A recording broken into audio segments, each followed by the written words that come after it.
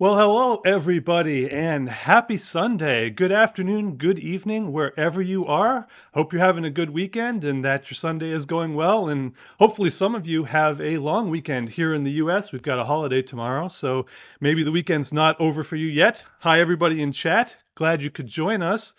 Thanks so much for stopping by and spending some of your afternoon with us, or evening for those of you who are in Europe. Good to see you guys.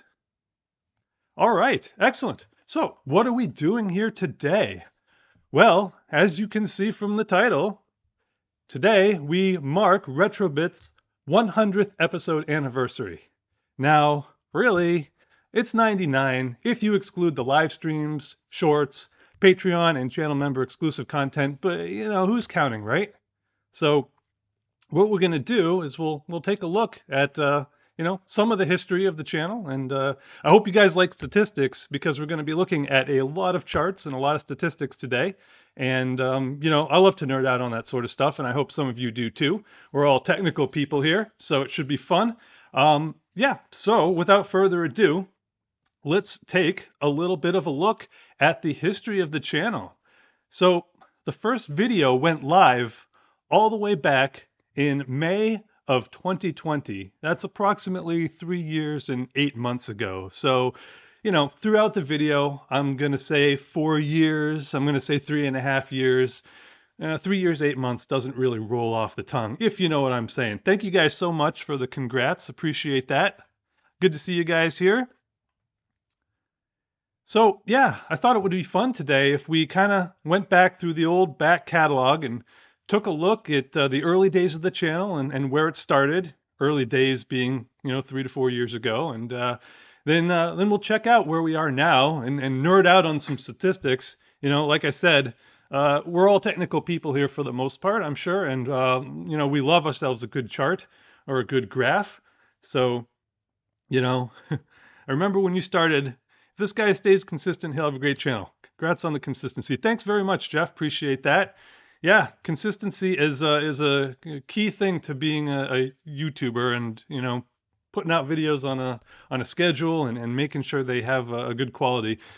That's a difficult challenge, and I'm going to talk about that a little bit too. Thanks, Retro Operator. Glad you. Some of you guys have been here since the very beginning.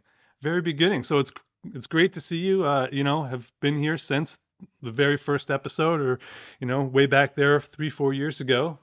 So I couldn't be happier to see you guys. Hey Nate, good to see you here. Glad you could drop by.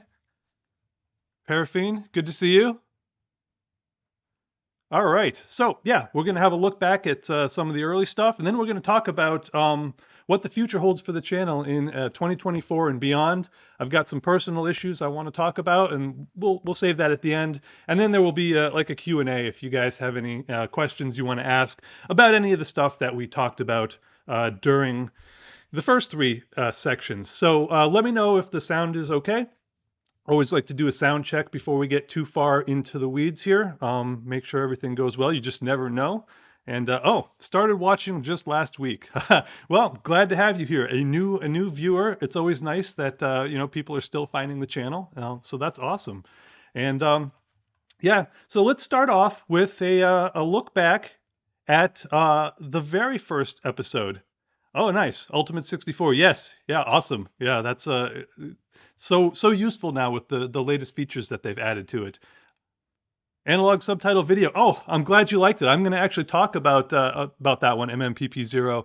That one is near and dear to my heart, and I'm glad that you enjoyed it. Sound is great. Thank you guys. Appreciate that. Oh, I was thinking about putting some smooth jazz on the background to have a music track, but then I'm like, you know what? People can listen to whatever music they want during the live stream. I'm not going to force them to listen to something. So we'll leave the music off. But I did consider some smooth jazz. Yeah, I actually did. So let's take a look at the very first episode of Retro Bits. Just the opening. This is a thumb drive, and on it is a brand new game for the Commodore 64. I'm Matt D'Amico, and welcome to the very first episode of Retro Bits. Yeah, so things have come a long way in those 3 years and 8 months since we started. whenever you look back at early stuff of any YouTube channel, it's always a little bit cringe. It really is. And that is absolutely true of all of the old videos on this channel. And, it's true of other channels too. If you go back and look at their earlier stuff, might be 10 years or more, depending on how long the channel's been around. And I'm sure I'll feel the same way about the stuff I'm making today in a year or two, because you're constantly improving. You're constantly trying to get better as you go. But just looking at that, yeah, it's pretty rough. The whole episode, pretty rough. Hey, Jason, spinning Japanese opera. Nice. All right. So yeah, you're listening to your own music, which is great. Showed it to my students in visual media class where we discussed early access to anime in the West. Yeah, that's awesome. Well, glad that it was useful, a resource for you. I didn't see anybody else making stuff like that, and I have a lot more to share on that topic. I'm just not sure how to put it together. Maybe I'll rope in people and do like an interview type of situation where I get all those old fan subbers together and we talk about what the scene was really like back in those days. Now that I've covered the technical parts of what it's like. Yeah, it's fun to go back and watch the old episodes, but it's also kind of a bit cringy. So, basically, my YouTube journey started. I'd only been into retro for about 1 year before I started the YouTube channel. So prior to that, all of my energy had been into other hobbies, cars and racing predominantly. And then the pandemic happened. And during that period of time when we had the lockdowns, the racing events kind of dried up and they weren't happening anymore. And then all the car shows, the Saturday, Sunday, Friday night car shows that I would go to, that they stopped happening. And so none of that stuff was going on. And so I really needed something to do while I was stuck at home. And I had just gotten into retro. You can see on the screen behind me, if we look again, I have collected a handful of computers. The Amiga I had since the fan subbing days in the 90s, and a few other machines that I had picked up in that first year of working on retro. But I really didn't have a lot of experience, and I certainly didn't have a vast collection of machines or knowledge. But I needed something to do, and starting a channel kind of gave me a sense of purpose and something to do during those lockdown periods. So that was good. But the quality sure became better. Yeah, something that you try to do is you constantly try to improve. With every video, you try to address something. And I'm still using the same camera as I was using in this very first video. I've just gotten a little bit better about how to do lighting and how to frame a shot and how to color correct things in Premiere after the fact. But still, there's so much to learn. And you look at people who are like the top of their game in the retro space, like LGR. He produces such consistent quality, photography and sound. And there's just so much that goes into it that there's so much to learn and to be better at. Tech Dad, you need to do an AMA. I'm going to have a Q&A session at the end of this video for a few minutes. So if there's anything you want to ask, you can save it till then. I'll be happy to try and answer it. And maybe we'll do more live streams where it's just kind of free form later on this year. So, but yeah, so that was my start of this YouTube journey. It was really a pandemic project that just happened to give me something to do. So yeah, let's cut over to episode number 2, the Commodore 128, my favorite 8-bit home computer video. This is the Commodore 128, and it is my favorite home computer of the 8-bit era. Hi, I'm Matt D'Amico, and welcome to episode 2 of Retro Bits. So again, pretty rough, right? I've got a nice blank wall behind me, but you can tell already that a lot of the prototypes for the channel came from back then, and they're things that I still use today. The intro bump, the greeting, kind of the sign on and sign off that I use, they sort of came from these very first episodes, and they're still something that I try to do even to this day. One funny thing is that I didn't come to start YouTube from a place of deep knowledge. Of course, I'd only been into retro for about a year, having watched other YouTube channels and kind of gotten, hooked by that and starting to feel a bit of nostalgia. So I didn't start this channel knowing a whole lot of stuff, but it was an excuse to learn, to try new things, and whatever happened to catch my eye at any particular moment. So when you're on YouTube, it's important to say things that are correct And when you're just starting out, really, it's hard to make sure that everything you say is factually accurate, and that you know you're not very knowledgeable about a lot of things. And heaven forbid you make a mistake on a YouTube video, you're going to get roasted alive in the comments section. See you, Retro Operator. Glad you could make it. Yeah, thank you very much for the well wishes. Well, I do appreciate the improvements in quality. I like the most is how you eased into doing this, becoming more. Oh, thanks, Peter. Yeah, it's been a challenge, and I want to talk about that a little bit later. I'm not a natural public speaker, and I was never at the very beginning capable of talking while filming. I did everything with 100% voiceover. I'll talk about that a bit more later on. It's been a challenge for someone who isn't naturally inclined, who's a bit of an introvert and doesn't really do well in public speaking situations. So it has been a learning experience, but you know, practice, you get better with practice, and that's where I'm at now. So yeah, if nothing else, you know, the YouTube set, the blank wall in the video behind me really just started off with 2 hand-me-down end tables and this Commodore 128. I picked up this machine from a local seller on Craigslist. He was the original owner, had kept it down in his basement, so it was in really nice condition. It didn't have any yellowing. It just worked.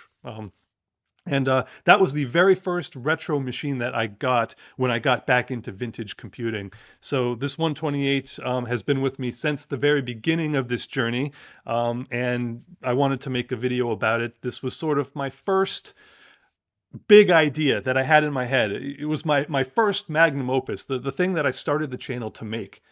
Now, I've learned that you shouldn't ever make your magnum opus before you have an established channel, because you're basically kind of putting it out there to a very small audience. You know, you should wait until your channel is a little bit more established before you do something like this. But it's so rough. It's so early, this Commodore 128 video, which I was near and dear to my heart, but it's not that great when you look back at it. And so that means there's room for improvement, and I could remake it in the future and use everything I've learned in the intervening 4 years or more to do it better and really do justice to the machine that I grew up with and that I want to talk about. So best therapy for computer nerd introverts is making YouTube videos. Thanks, Jim. Yeah, we all kind of, you know, a lot of us share that common thing about not being super comfortable in public speaking or public places where we grew up playing in our games in our bedrooms, and back in the 80s it was not a popular thing to be a video gamer, so we're socially, you know, not outcast necessarily, but something like that. So yeah, things have changed a lot since those period of time, but I am who I am, and you know, I was made the way I was made. So keeping it casual and personable is something you do well. Thank you very much. I appreciate that, Power of Vintage. Yeah, I struggle to be natural and to if you know me in real life, I can be a bit of a goof, and that's just something I don't really do very often on video. But I'm going to share with you guys a piece of exclusive content that I made being a goof, so you get to see that a bit. See you, MMPP. Thanks for stopping by, and yeah, I thank you very much for the well wishes. DC and DC, love the channel. Oh, thank you very much. Documented demo party. You know what? That would be awesome, but I'm not the one to be the guy to do that. I think Jim Leonard is, because he's put on demo parties and he knows more about it than I do. I'm very, very interested in the demo scene, and I always have been, but I am not an expert by any stretch of the imagination. Hey, John, Crinkle Crinkle, good to see you here. So yeah, let me jump ahead to the next video. This is the 1902 video. This is episode number 5. I used to number them. I kind of stopped doing that, but I used to number them. And just check out how rushed and flat the delivery of this video is. Later monitors didn't have such aggressive shielding, so I suspect the FCC rules may have been relaxed over time. The recap kit was purchased at console5.com and included everything required for this specific model. I did find that one cap was missing, but I had the correct spare already from a prior project. When it comes to small and inexpensive parts like caps, always order more than you need. Yeah, so like I said, I was never one for public speaking. And yeah, just as you say, over time, I got better at the presentation, but there's still so much more to be done, and it's still a long way to go. Um, in those early days, that rush delivery was deliberate. I was intentionally trying to be respectful of people's time, and we'll get to time in a minute, but I wanted to make sure that I got the information that I wanted to convey out there as quickly as possible and didn't fill with fluff and pad the videos. I wanted to keep them short. And so I didn't have very good natural breakpoints or a very good cadence of delivery back then. It really did sound like I was reading from a script because really I was. I wasn't comfortable doing any live audio. It was all done as voiceover back then. And then over time, I tried experimenting with doing some live audio while I was performing a project, working on soldering or doing something. And of course, when you do it live, there's a lot less editing and scripting that has to happen on the back end. So the videos come together a lot faster. But if you make mistakes, you either have to edit around them or just leave them in. So that was something I had to get better at. I'm still not very good at live speaking while I'm recording because when I'm soldering or when I'm doing some delicate work, my brain is 100% focused on that and I can't form a coherent sentence. So it is a challenge for some people. Other people are really good at it and they always do it live. But nothing wrong with that flat delivery. It's still better than others. Oh, thanks, Jim. Yeah, no, you are. Everybody's their own worst critic, and you look at your old stuff and you say, I can improve that, and you make a conscious effort to improve that, and then I don't see what was wrong with that segment. Yeah, it's just, I guess you are. Yeah, like Jim says, you're your own worst critic, and it is an opportunity to improve though, and Jon got thrown into the deep end of public speaking when he couldn't see my notes for a presentation and just winged it. Yeah, I'm still not super comfortable with it, and I use copious and extensive notes, scripts, even if it's just a list of bullet points of things I want to convey, or I don't want to forget. I want to be I want to make sure that everything that I thought of while I was putting together the outline for the video that I had an opportunity to convey.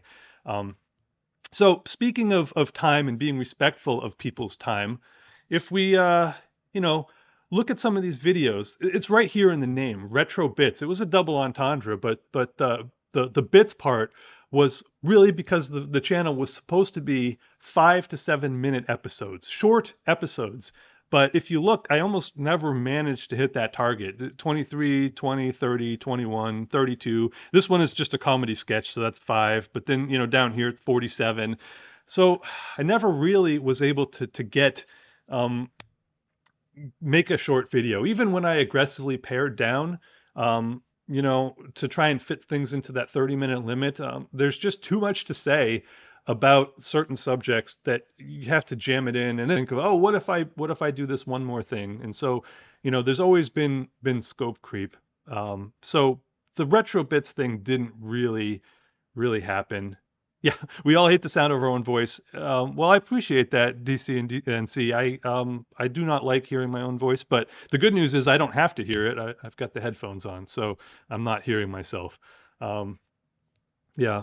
So, but yeah, I tried to pare things down. I tried to keep things less than 10 minutes, but I never was successful after the first initial batch of videos. But, if you look through the content here, I have learned an awful lot of things over these past, almost 4 years, and it's been a pretty good mix of stuff. I've learned how to solder.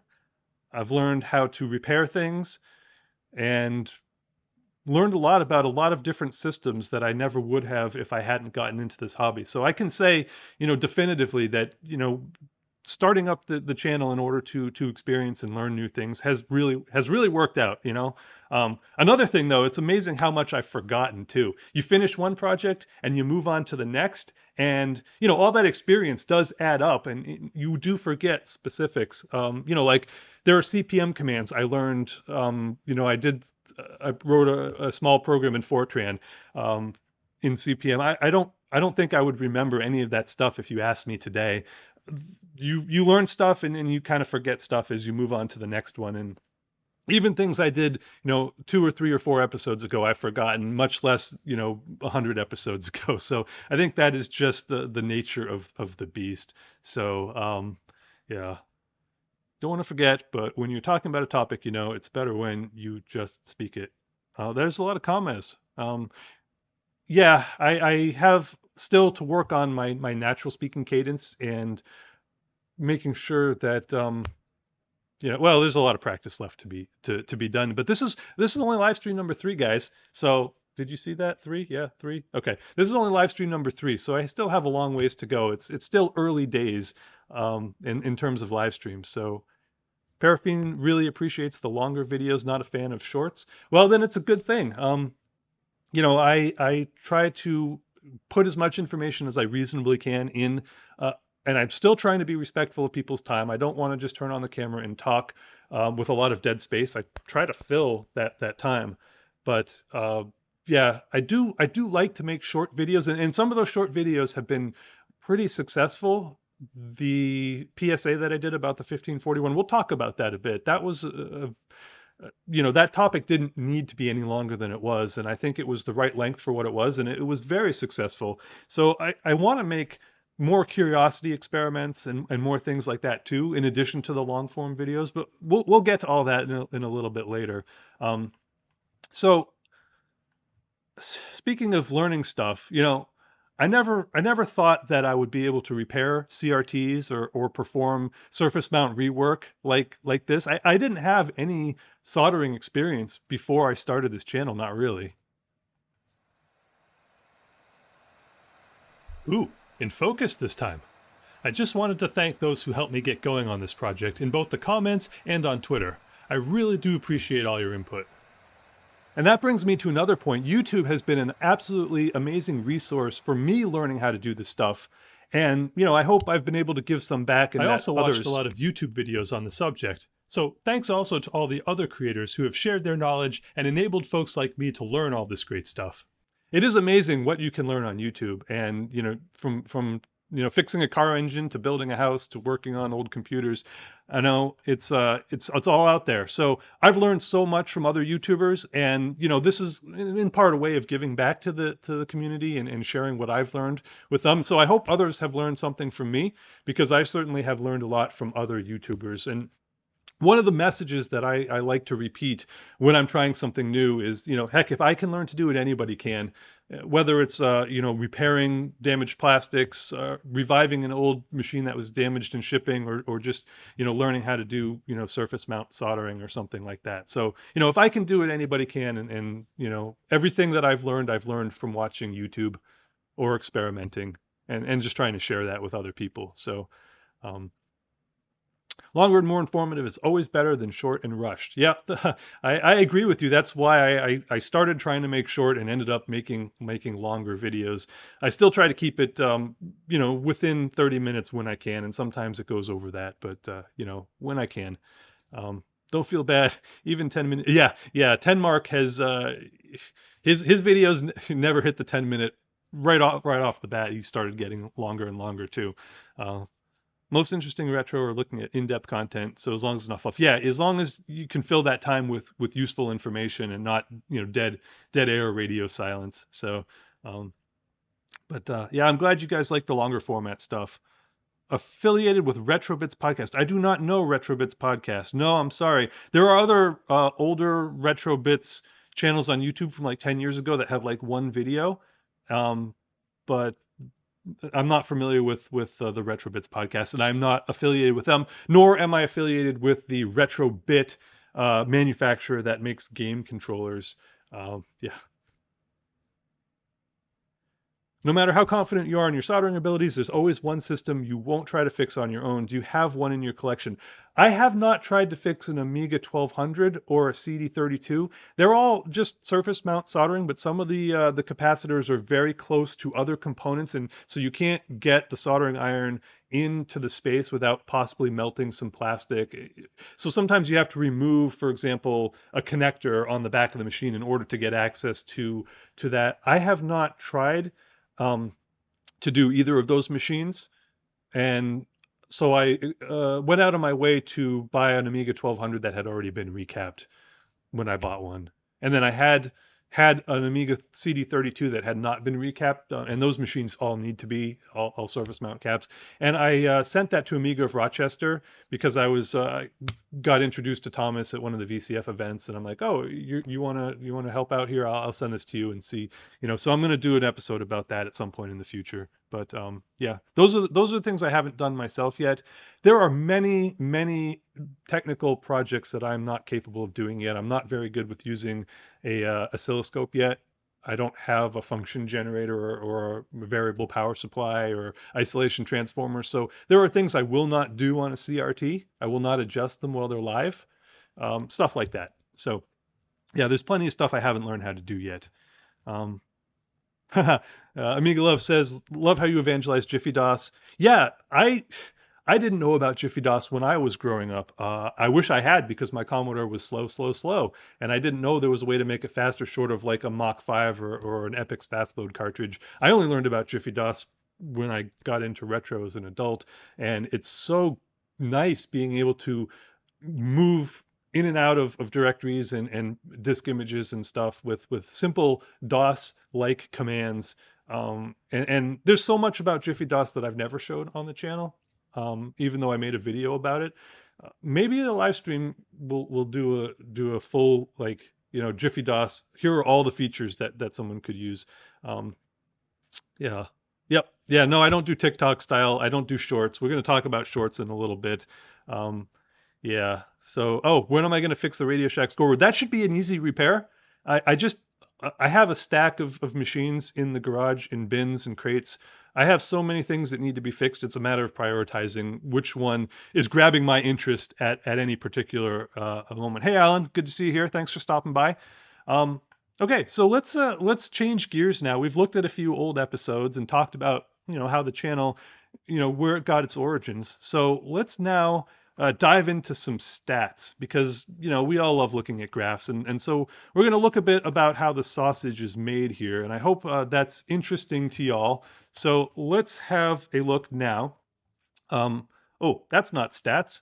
That's just old videos. Let's look at the viewership for the old videos first of all, and then we'll move on to some graphs. But if you start off going back to, this is almost 4 years ago now. Over those that period of time, it's garnered 2,300 views, which is fine. It's good. The Commodore 128 video did very well.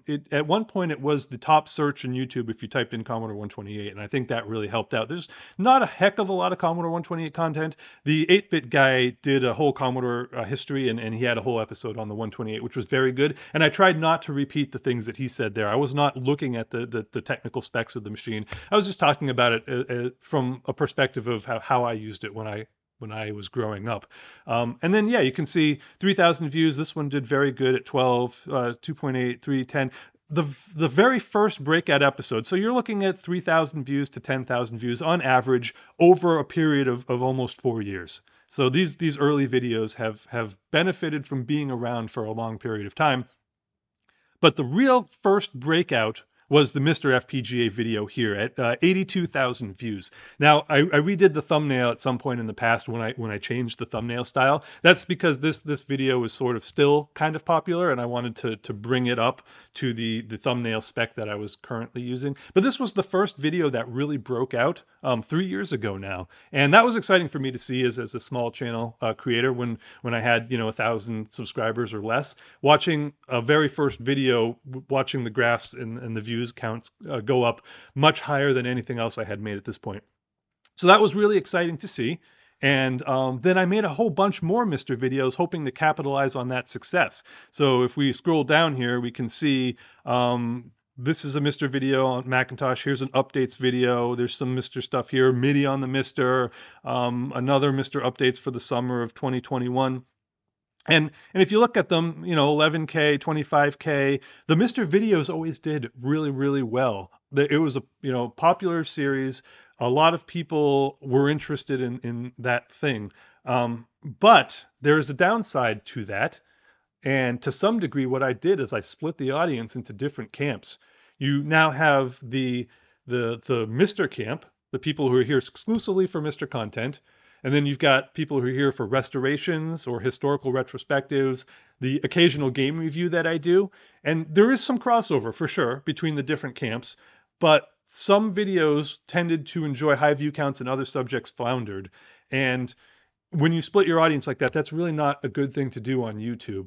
So the first thing I want to mention is that subs are not equal to views. And we'll come back to this later, but that subscription number that a channel has is really a vanity number, and it does not reflect the reality of the situation. So we'll come back to that. Let me see about catching up on chat here. Yeah. Jiffy DOS, all of my Commodores, 2 hooked up to a lieutenant colonel. Yeah, I would love to do a video about the lieutenant colonel, Jeff. I had a 20 megabyte lieutenant colonel on my C128 running CNET 128 BBS back in the 80s. And that is just an amazing piece of kit, but they are unobtainium these days. You can emulate them on Vice, but the real deal are just unobtainium, and I haven't been able to find one in the 4 years that I've been into retro now, 4.5 years. I have an eBay alert set up, and I don't think I've ever seen a real lieutenant colonel come up, or if it did, it was just incredibly expensive. So, yeah. But yeah, the lieutenant colonel was a really cool piece of kit with the host bus adapter and the SCSI speeds going, DMA loading stuff directly. It was insanely fast. Yeah. Hi, Pi. Hope you enjoying the Sharp X68000. Have you had a chance to test it? Yes, I've played around with it a whole bunch with the new NEC monitor. I've loaded a new disk image on it, so I've got a whole bunch of new software to try. And I've been scouring a BIE for X68000 boxed software, and I've acquired a handful of those in the interim period. And I think I might do another stream or a video, showing some of those things off. What I'm really trying to get is a MIDI card and a RAM expansion for the machine before I do another episode, because I really want to feature things that require a bit more than the 2 megabytes that I have on the base system. But yeah, I have been using it, and it works excellently with the NEC monitor. So yeah, watching the stream in the bathtub, nice. Yeah, Lieutenant Colonel running disk 2.5 right now. Huh. Nice. Yeah.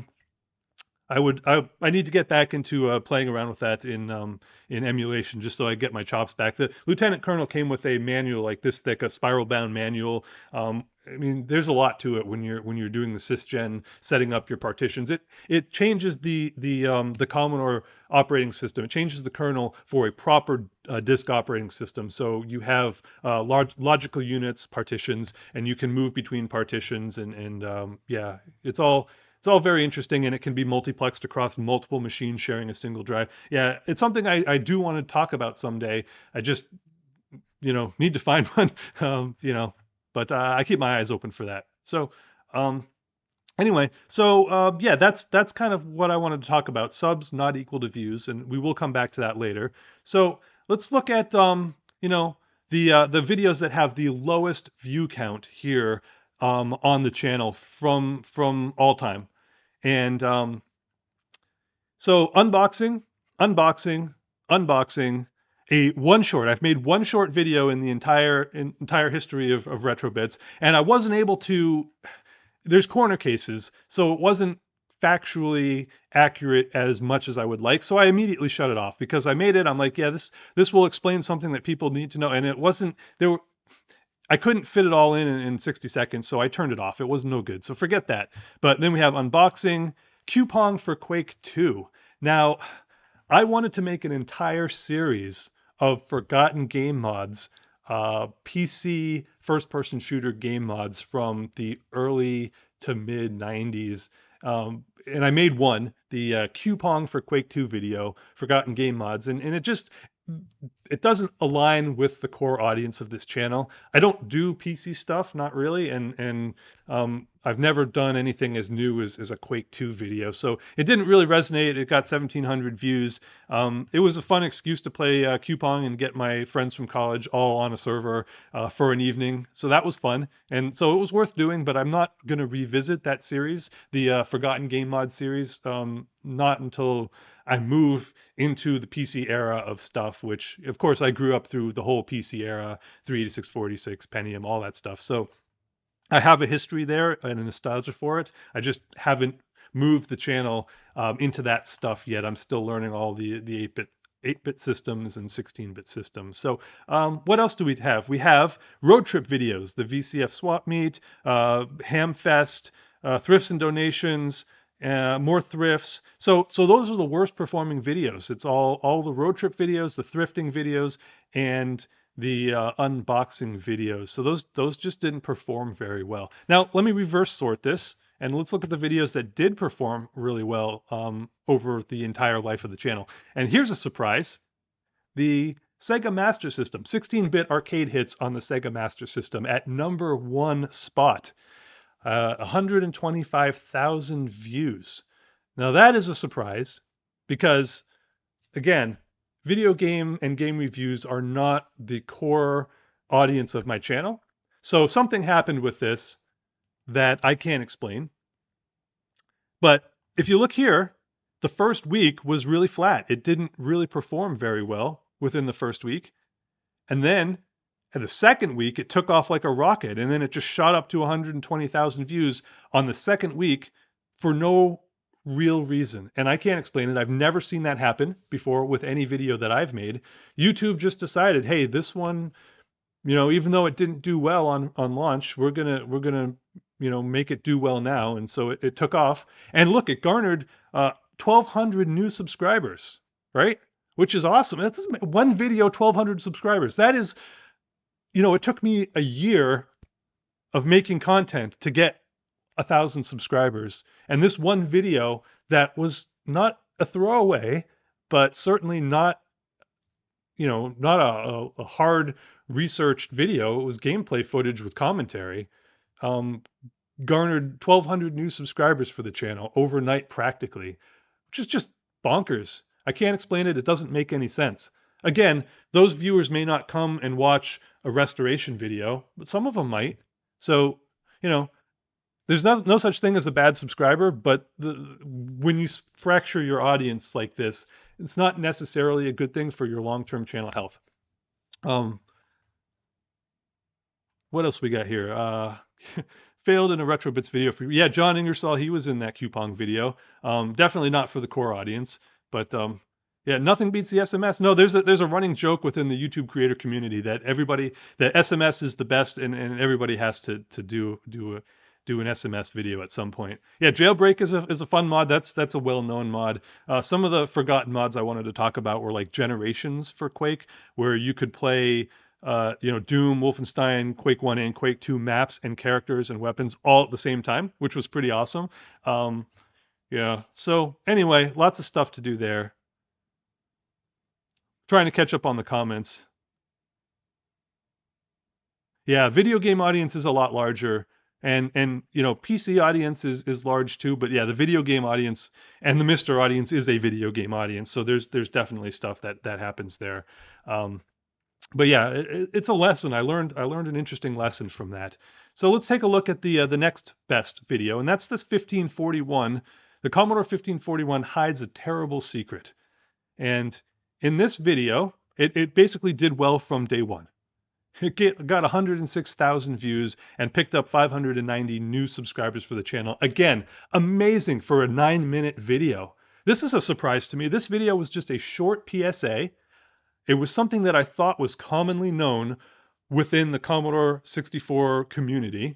And I was shocked that so many people were unaware that this particular drive, the neutronics mechanism in this particular model of Commodore 1541 could fail, and it was not repairable once the read-write heads failed open. So, yeah, it took off really. A lot of people weren't aware of it, and you can see that in the comments. So I really think that, I'm really glad that this one did well. I don't know why, and I can't explain it, but I'm glad that it did because listen, if I saved even one or two people from spending $100 on a product, an untested Commodore drive that can't be repaired, then it was worth making this video. And the fact that 106,000 people watched it, I'm sure I've saved some people money. So I feel good about this video and how well it did, even though I have no reason to understand why it did as well as it did. It just is. It is what it is. So, you know, so that's number 2. And then we've got the Eye of the Beholder video. And that's just really a cool piece of programming. The years and years of effort that went into bringing this game to the platform and how good that port was. That's just it wasn't me. It was the quality of the work that the programmers and developers put into making that game, which is why the video did well. But I showcased the development process, not just the gameplay, but the development process. And I think that's the value add there. And then of course I showed it running on a 2-screen Commodore 128, dual monitor setup, which is pretty cool. So that one did really well and I'm happy about that. Then we have the Mr. FPGA video. And, this one is I'm proud of how this one did. I put a lot of work into it and look at this. It has a really long tail. It's not really super up to date anymore. It's 3 years old. But it's still a good reference and people are still using it to learn what a Mister is and how to build one and what you can do with it. And I have a lot of updates that I've made since then. But the Mister video has done really well for the channel and it garnered 1,500 subscribers all by itself, which is just mind-blowing. It's just bonkers. So I'm happy with how this one did. I love the Mister. I love the Mister. I use it all the time, and it's been a great tool for making video captures and testing things for the channel. And there's always something new and something changing about it. So it's a cool product. It's a cool device, and I'm glad that I made that video, even if it did somewhat bifurcate and fracture the core audience of the channel. So, I don't know. The YouTube algorithm, when it puts your stuff on people's homepage, it's totally black box magic. It's like winning lottery. Exactly. And I'm going to show you kind of winning the lottery over a graph that shows the entire 4 years history of the channel. And it's almost like clockwork. Bang, bang, bang, bang. You win the lottery on almost like a fixed frequency. It's very interesting. Power Vintage asks, do you find that a video with big views, new subs generates more views for your evergreen content? Yeah, absolutely. 100%. A video that gets a lot of views lifts all of the other videos up. This has been said several times in the last week by other YouTubers, a rising tide lifts all vessels or all boats. It absolutely is true. During a period of release, the first week or two of a successful video, the entire channel back catalog sees a bump as well, which is awesome. I mean, we'll talk about back catalog and how that all works for you once you reach a certain point. But yeah. So Paraffine never knew about the 1541, only dealing with 1541 twos, which are similarly affected. There are at least two different types of 1541 twos. Is the Chinon, which is the direct drive, the good one, and there's the one that breaks. And I have both of them. So Eye of Beholder was absolutely insane. Oh yeah, Bacchus from Fairlight. There's a whole channel, and he does pretty regular video releases where he talks about a lot of different things. I've definitely kept up on some of his content. All right, and one more video I want to talk about. The 1581 build was a fun video to make, and that one did well. Sonic, again, another impressive, groundbreaking, raise the bar level of coding on the 64. And then there's Lying to Children. The Kung Fu Master, Deception, Heartbreak, and Redemption. And this one, very near and dear to my heart. This particular video is a story of my childhood. It is a story of my origin, and I really wanted this one to perform. It's not like my usual, it's not a repair or a retrospective. It's not even a game review. It's really, it's a story. It's a narrative. And when I made it, I had been thinking about it for months and months on how I would put it together, and I really wanted it to do well. And this is one of those rare times when you make a video and it does well. When you make YouTube videos, you put your heart and soul into one of them, and you're like, this is something I'm very passionate about, and this is something I want to share with people, and I want this one to perform. That one doesn't perform. and then you make a video with gameplay footage and a little bit of commentary, and that one performs better than anything you've ever made. And you can't explain it. The YouTube algorithm is just a black box, and you have no idea what's going to happen. So all you can do is make things that you're interested in, make things that you want to do, and then you'll be happy. And once in a while, a video will do well, and you have no control over that. But I'm very happy that the Kung Fu Master Lying to Children video did well. So, all right, moving on. Let's take a look at the top videos in the last 48 hours. No real surprises here. The Commodore 64 Getting Started and Buying Guide has 218 views in the last 48 hours. And that, I think, is because this video is sort of one of those evergreen videos. I made it to be a reference and a resource that people could use for years to come who are just getting into Commodore 64 for the first time or coming back after a 30-year absence. And I wanted to put all that information consolidated into a single place. And so it continues to get, a very healthy number of views. And the great thing about this video is that in 2 years or 3 years, when the scene has changed sufficiently enough and there's a lot of new hardware and software, that I can go back and I can revisit this and I can make an update to it and bring it up to the 2025 or 2026 version. So yeah, so no surprises there. This one is a bit of, has a long tail. It's a bit evergreen. Analog Pocket, because it's a relatively new product. Well, it's been out for a couple of years, but it's still hard to get. It's still making headlines. It just got some updates recently. With the new firmware, you can now use video shaders or video modes on the open FPGA cores. So you can have scan lines or LCD like effects on your cores on a per core basis now. So that just came out.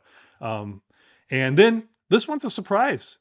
Actually, that wasn't there when I last looked. That just popped up because we're happening now. But Wi-Fi on the Ultimate 64 and firmware 3.11. I didn't think live streams would have any kind of a long tail, but here it is with 132 views over the last 48 hours. People are still watching this live stream, and I didn't think that was something that happened. That actually is shocking to me. I thought people would watch live stream when it was live, and then that would be it. But for whatever reason, it's still getting a good number of views per day, which kind of blows me away. And I think the takeaway from that is, this is only live stream number 3, but I'm really enjoying doing these. And the fact of the matter is, if a live stream, and this one has gotten, the Wi-Fi Ultimate 64 update has gotten 4,000 views since I made it, which is good for any video that I make. So if a live stream can get as much engagement as a long form video, then why wouldn't I make more and get better at making them, right? And I hope you guys agree with that, because spoiler alert, and we'll talk about this later on when we talk about 2024, I do plan on making more live stream content in addition to the long form stuff. So that's interesting. That's something that I'd learned just within the last week that can and will happen. Of course, the live stream subject matter has to be relevant. It has to be interesting. I can't just sit there and talk about statistics for an hour. Nobody would watch that, right? Right? Yeah, that's what I thought. So interesting too is that if you scroll down this back catalog, you see that over the last 2 days, this video has 80, 70, 60, 50, 40, 30, 20. As we scroll down, it's down in the teens. But the whole back catalog of content, those whole 100 episodes, they still get a little bit of traction. Even the Jiffy DOS episode has gotten 15 views in the last 2 days. So, and these things move around. They don't stay where they are. They jump around. This one might jump up for no reason for a week. But the deeper the catalog, the more views you get just based on that back catalog. And that's common sense, right? Everybody understands that. What I heard when I first started the channel, I was watching videos from people who created content about content creation. And they're like, you need to have a back catalog of about 30 videos before you're going to see an exponential growth curve in your channel, when you start to see that feedback loop start to pick up. And well, we'll talk about that in a little bit, because we're going to look at the lifetime statistics for the channel. But DCNC asks, I'm super curious if you have an audience that is mostly US based, or if you have numbers from Europe, Australia, Asia, etc. Yeah, it's mostly US based. UK comes in number 2. Australia's in there. Germany's up there too. So mostly English speaking countries, and then Germany, where C64 stuff was really big. Those are kind of the big channels, the big countries that watch the channel. So to everyone, smash that like button. Let's hack the YouTube algorithm together. Yeah, sure, absolutely. Like and subscribe. I imagine you guys who are toughing it out here with me, watching me look at graphs, are already the people who do subscribe to the channel. So thank you guys. I do appreciate you being here with me. You can spend your time, your Sunday evening or your Sunday afternoon, however you want. So I'm really happy that you decided to spend it with me. So thank you guys for that. Yeah. Share that one with the Facebook group. Thank you. I'm not on Facebook, so that I appreciate that. Yeah, sharing does help. That's a great way to spread an interesting video around. I think the fact that you do a how-to in the U64 video is helpful for some as a reference. Must be. Yeah, I think because it was topical, it's new, and people are asking how to do it. That's probably it's probably showing up on searches, and that probably keeps it kind of at the top for a while until the firmware becomes old news and that dies down. Maybe that's what it is. I'm hoping that future live streams about topical information will benefit in a similar way. So the Wi-Fi episode is how you do live streams. Too many are just rambling messes that linger. Well, thank you. I appreciate that. I do over-prepare for live streams, just like I over-prepare for my scripted videos. I basically don't want to forget to say anything, so I have an outline. I'll be 100% blatant and honest with you guys. I have an outline, so I don't forget anything, and I'm sticking to it. I go off script quite often, but then I'll come back to it, and we'll get right back onto track. So, hey Jamie, good to see you here. More live streams, yeah. How much viewing time constitutes a view? Any view counts as a view, but there's another metric, and that's retention.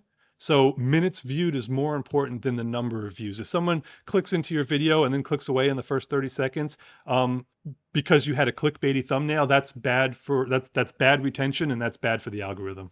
So you need to have people click into the video because it's an interesting subject, and you have to have them stay and watch it. So you need retention, you need view minutes, not just view count. So they're two different things there. Houdini is from Germany, so yeah, very cool. A lot of C64s very popular in Germany. I've been to Germany one time in 2019, and I had a great time. I love to go back. You see sometimes I'm wearing my Nürburgring hat on the video. Jim says I'm still around because I'm in the same boat and trying to figure out what direction to go in. Yeah, we're going to talk about direction in a little bit. It's always up for debate whether you want to try and please the YouTube algorithm, what you do next to grow the channel, or if you want to just settle back and let things happen and just have fun with it. And I've been in a very steady growth mode for the last 3.5 years, where I've worked hard to meet a self-imposed 2-week deadline for long form videos, and that may change in 2024. We'll see. We're going to talk about that. So we've looked at the back catalog here. Let's shift gears now and look at videos that while we're on the back catalog still. Now that we're at 100 episodes, I just wanted to share that, when I was making videos 2 and 3, and I was starting to learn just how much time it takes to do the editing, 50% of the video is in editing at least. And I was like, I'm never going to make it to number 10. Here I am on video 3 and I'm struggling. I think I'm going to burn out before I ever get to 10. And here we are, at episode 100 now, and still going strong. So yeah, it's kind of nuts. The time just flew by, and now we have a deep back catalog of content. So let's look at the content that was most disliked. Here I am referring back to my outline to see what the next thing is, and this is it. The video that is most disliked on the channel. and that is the Commodore 64 with vacuum tubes, the Evo 64 video. And you can see here that it has 73 thumbs down and a ratio of 95.8. So, why do I think this video was downvoted? Well, I think there's a couple reasons for that. And the first of it is that, the Evo 64 is probably the most expensive Commodore 64 replica that you can build. And that's going to put some people off right away. It is unobtainable or more expensive than any of the other options, and some people are going to look down at it a little bit for that. But the bigger reason is because the Evo 64 is designed as a high-end audiophile-oriented board with very clean power and audio filtering and expensive $500 or $1,000 tube-based amplifier add-ons. And so whenever you have something that is vacuum tube powered or is for audiophiles, you're going to get a subset of people who say, well, that's stupid, that's a waste of money. And so I think that's part of it. Now, I am not an audiophile. I don't have any high-end audio gear of any kind. But even still, I can very much hear the difference with the Evo 64. Now, whether it's worth the cost, that's up to your individual ears and your wallet. But it does drastically sound different than a regular Commodore 64 in an amazing way. And I would love to share that with people more. It would have to be in person, really, to really get a sense of the difference there. But like I said, I'm not an audiophile, but I can tell the difference. And, it's a pretty impressive bit of kit. Now, the last reason, and this is an important one, is that to some people in the comments, that Evo 64 video sounded a bit to them like an advertisement, because I was very positive about the machine and I put it in a very good light and I didn't have much bad to say about it. And I want to clarify that right now. As I said in the video, I was given a prototype of the board, unpopulated, not the final release version, and I had to put a full chipset, keyboard, power supply, and case to make a complete build. So I had to put over $100 of my own money into it to make a running Commodore 64. But I was given the prototype board to test. And I was clear about that on the video. I was also loaned the NewTube 64 Korg vacuum tube VFD audio amplifier module with the understanding that I would give it back after I made the video about it. So it was a review piece of hardware. So it was not originally going to be mine to keep. And I was clear about that in the video too. So I've never done sponsored content. I've never been paid to make content.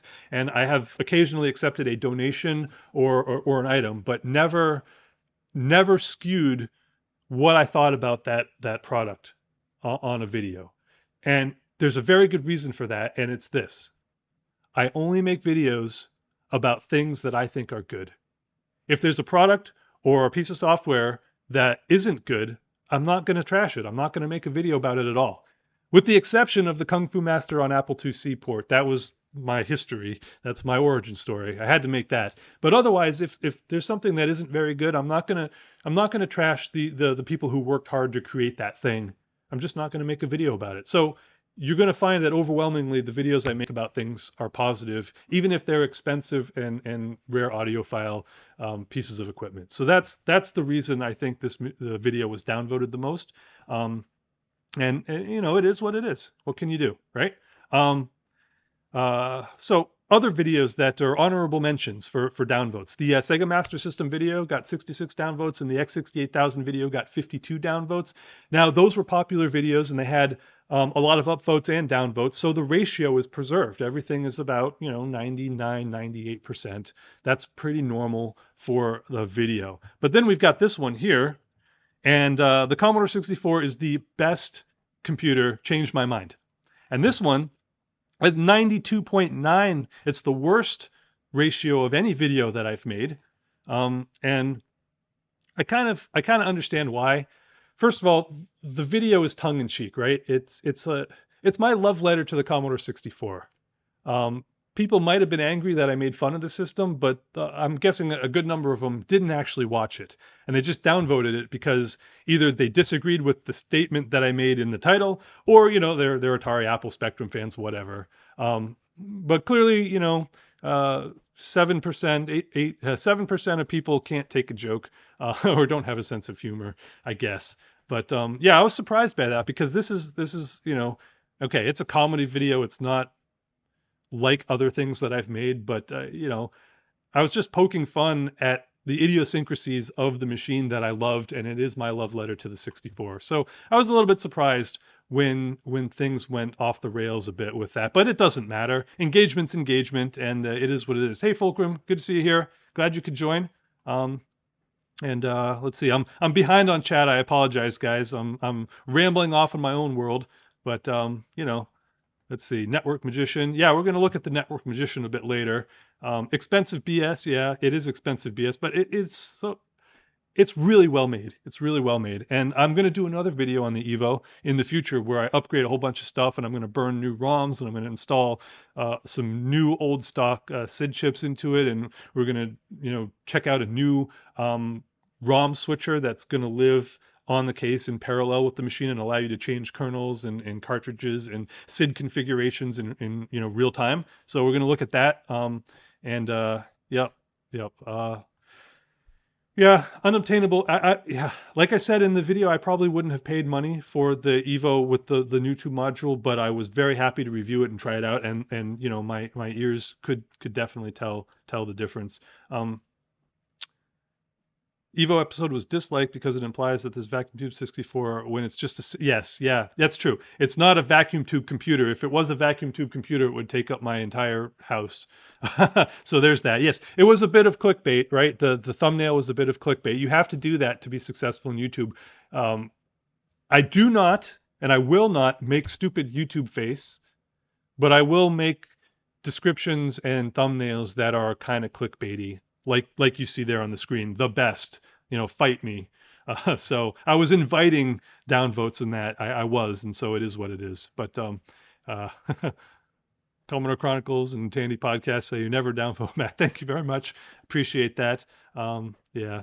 But yeah, it is what it is. And I mean, engagement is engagement, and it's fine. You got to take it all with a grain of salt.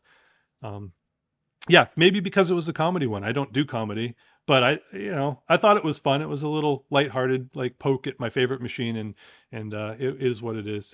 Hey, Chris is RetroNet. Good to see you here. Thanks for coming. Panopolis, happy 100. Thank you very much. Appreciate that.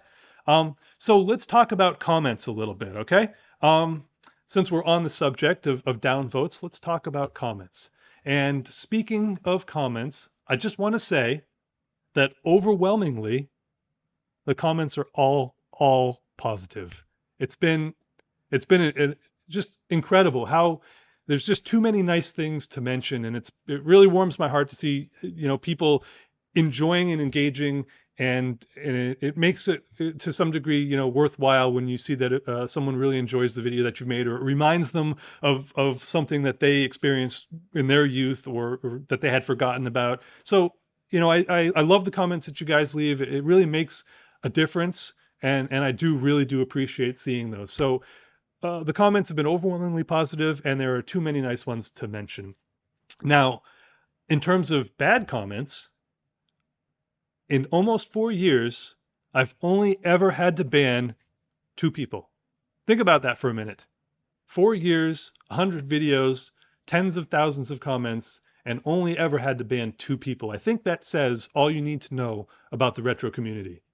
Now, there are people who leave negative comments, but I like those comments. It's when they go video to video to video and leave negative comments on each of them, or if they're egregious and obscene or profane, then you have to ban them. And again, only 2 people in 4 years. That's absolutely astounding and amazing. So kudos to everybody. Thank you guys for being on your best behavior, and appreciate that. Now, there are a couple comments that do kind of irk me.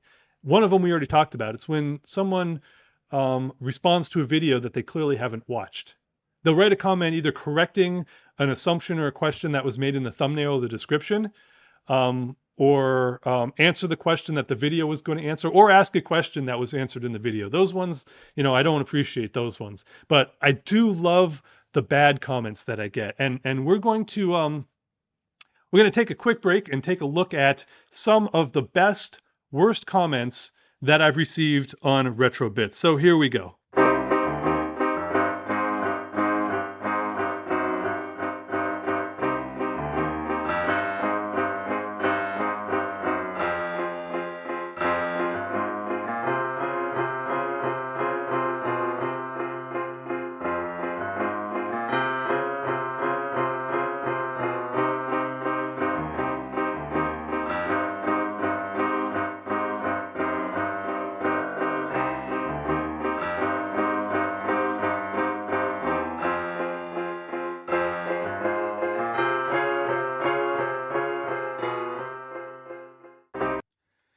So yeah, I hope you enjoyed those. I get a kick out of seeing comments like that. I can't help but laugh at them. People taking time out of their day to watch a video and then, write a nasty thing about it. So I hope you appreciate those as much as I do. Now, one of the things is some of the best worst comments have been deleted over time, which is a real shame. I wanted to show you some of the comments that stuck out in my mind, but I wasn't able to because they were gone when I went to look at them. One of my favorite best worst comments was in the Atari ST video when I repaired and did a first look at the Atari ST. One of the commenters compared my presentation style to the gunk that I had scraped out of the mouse roller. And I thought that was a good simile, and I appreciated that. I thought that was one of my favorite comments of all time, and I promised that I would get better, but that comment is gone, so I couldn't show it with you. And then there are the comments that are clearly tongue-in-cheek, and these ones I love. I love these comments.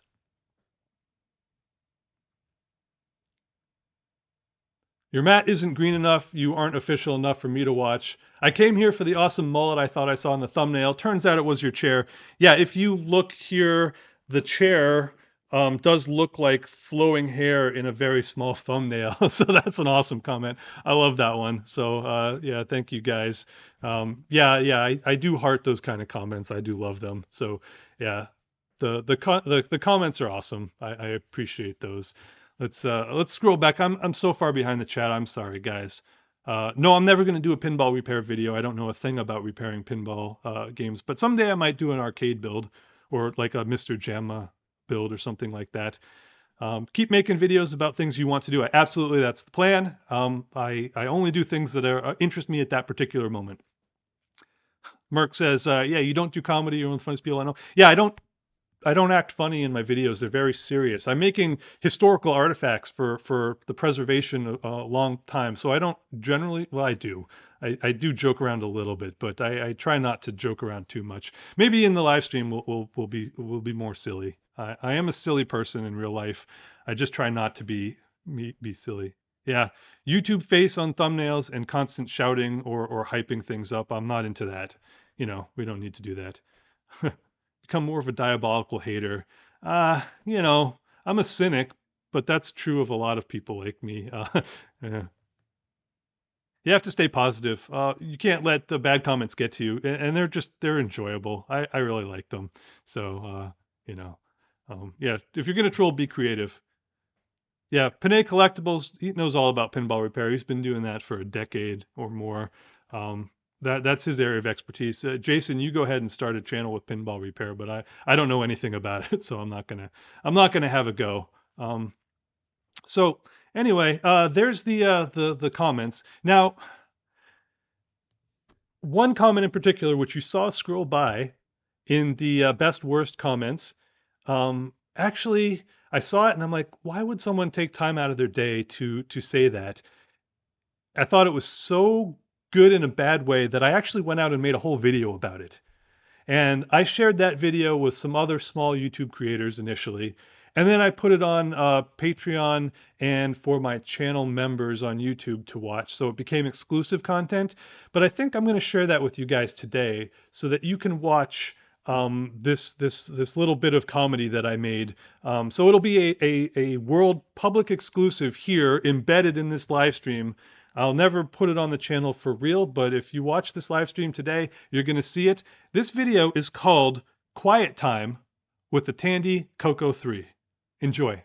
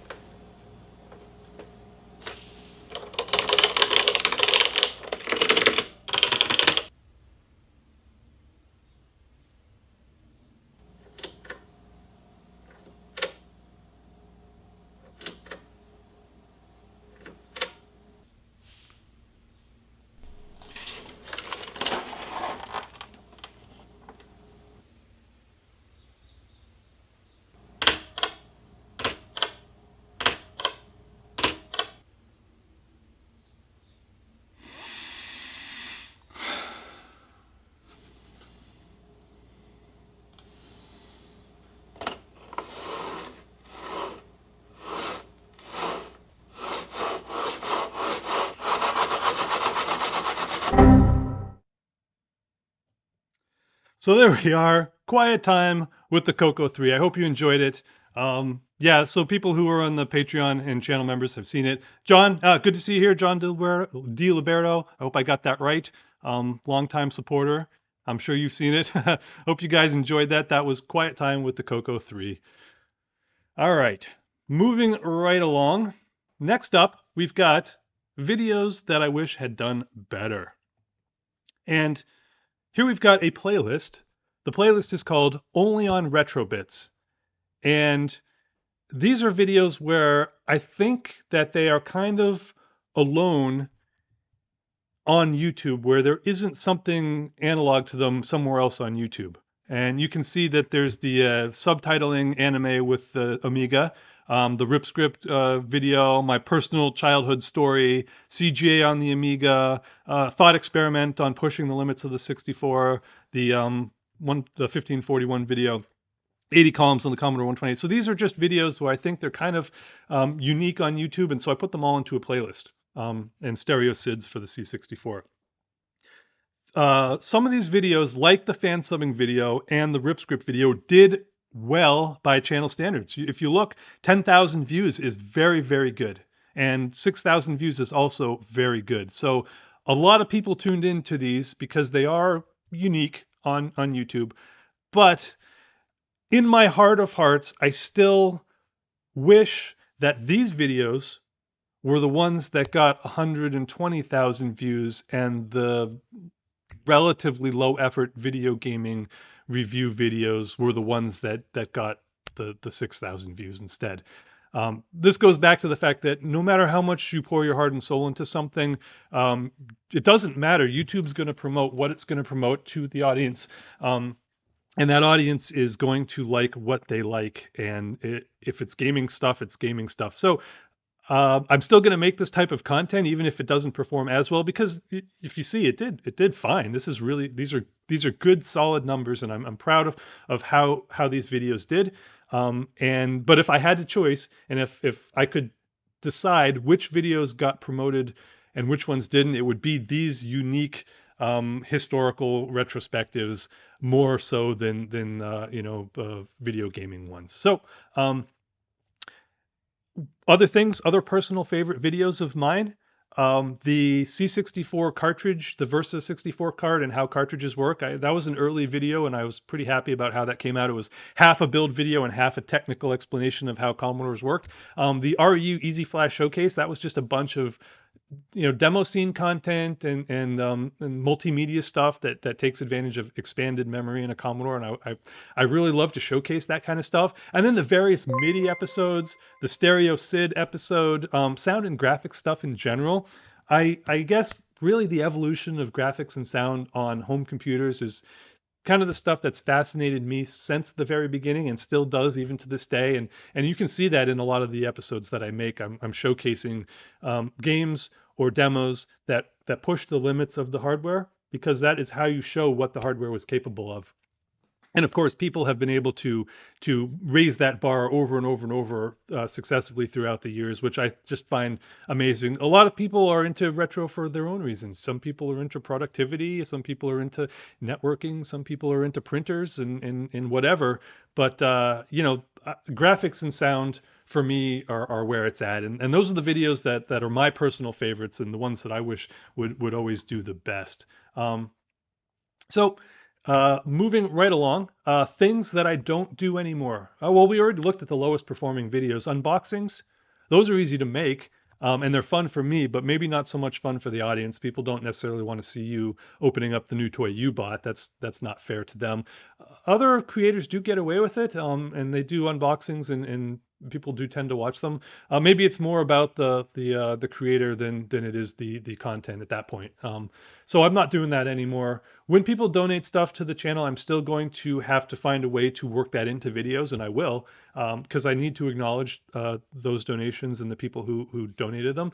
And so even if I'm not doing unboxing episodes, I'm still going to acknowledge that kind of stuff. And then thrifting videos, those are fun to make. I really enjoyed, and I go thrifting almost weekly. It's part of my normal routine on Saturday mornings. We walk to coffee and then we walk to the thrift store. But it is getting harder and harder to find good content these days. they didn't perform very well even when I did have good thrifting content. And nowadays there's just not much to show, so I'm not making those anymore anyway. So no unboxings and no thrifting videos, unfortunately.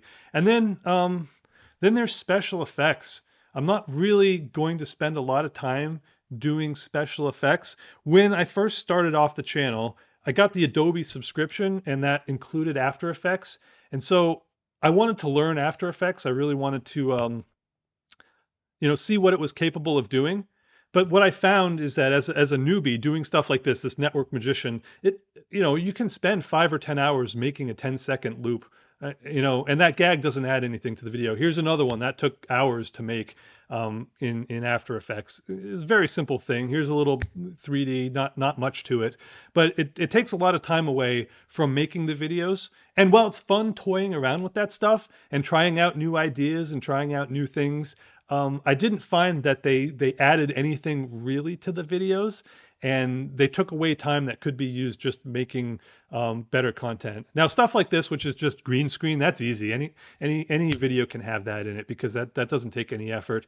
This was just recording a video, then converting it down to NTSC and actually playing it on a real monitor. That was easy to do. We'll continue to do stuff like that. These kind of effects aren't hard to do either. They really aren't. But it was fun to try something new with each and every episode. And this is just a silly little thing. So I'm going to continue to include visual effects and gags when I'm inspired to do them and when they're appropriate to do. But I'm not going to do any more After Effects type stuff. I'm not going to try and model scenes in After Effects. I want to learn it, I really do, but the time commitment to learn it and the reward for spending all that time, just it isn't there. So I'm not going to be doing that anymore in 2024. So let's see. Oh boy, you should publish that as an ASMR video. Yeah, yeah. It's been around. Again, it's comedy, and this isn't a comedy channel, and I don't have a second channel to publish stuff like that too. But I'm glad you guys enjoyed the Quiet Time with the Coco 3 video. Best satire. Hope the guy who commented sees this. I don't think he will, because he would have to be watching this live stream, and he clearly didn't enjoy my content. So yeah, can't predict what will do well, and it's never the videos we're most proud of or happy with. That is absolutely true. But, as long as oh, hey, Banjo Guy Ollie, glad to see you here. Yeah, check out his channel. He's got some amazing musical creations. I might try and feature some on this channel because they're just really, really good. Yeah, RipScript BBSs, yeah, they were amazing for a short period of time. Briefly before the internet came and swept it all away. Just a tsunami of web browser stuff. Yeah, second channel experimenting in content which do not fit the main channel. Yeah, I thought about that. I don't know. I want to have more short form content and more random experiments and stuff like that. But I think what I'm going to do is save that for the live streams, and I can show them as clips on live streams, things like that. I don't know. I'm going to keep the main channel for main channel stuff. Things that, people can watch 5 years from now and enjoy still. And I'm not sure about, everybody has a second channel, but I don't know that I have the wherewithal to try and grow that out and do that too. So, yeah, you have to balance time, effort versus the value. And when you spend 10 hours making a 10-second clip for a video, there's definitely diminishing returns because it doesn't add a lot to the video as well. But yeah, no, Professor Booty, I don't own a Wang, not yet anyway. Maybe someday I'll find a Wang. Repair videos where you take a shot every time you are wrong. Yeah, a drinking video. I'm wrong quite a lot, but the great thing about long form content is you can only show the stuff that you want to show. And I do show mistakes that I make. In fact, I made a huge mistake. I wasn't recording it on camera, but I was doing I was working on this 1581. You remember my 1581 build here? I was working on testing something for someone in the UK or Europe. I don't know actually. I think it was the UK. Well, UK is Europe, but they were having a problem with their 1581 replica build, and so I was testing stuff on mine, and and I'm going to mention this in the upcoming video where I talk about this. I built this little mini Molex connector to connect the drive. I made it I made one to the proper length because the one I had in before was temporary. Oh, I wired 12 volt and 5 volt backwards. I even said in my video, make sure you don't wire 12 and 5 backward. Well, guess what? I fried no less than 5, count them, 5 3.5-inch drives before I figured out this was the problem. I was like, oh, this drive doesn't work. Okay, this one doesn't work. Let me see if this one works. Yep, I burnt out the controllers on 5 3.5-inch floppy drives before I figured out that I had this wired backwards. I'm going to mention that in the next video that I talk about this, but it wasn't on camera. But yeah, mistakes happen, man. They do happen. All right, moving on. Let's take a look at 2022 stats versus 2023 stats. So here we've got a view of the total views for the entire year of 2022.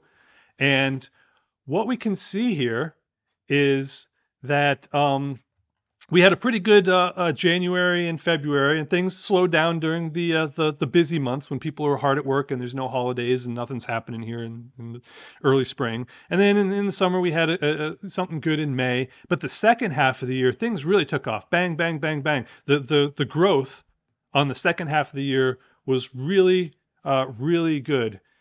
And so 2022 ended the year with 494,000 views, which is astounding. That's really amazing. And 56,000 watch hours, 5,093 new subscribers. So 2022 was a banner year. You know, it was really, really amazing, and it got better as the year went on. So let's take a look at 2023. So here's 2023, and continuing on the success of 2022, we roll into January, pretty good.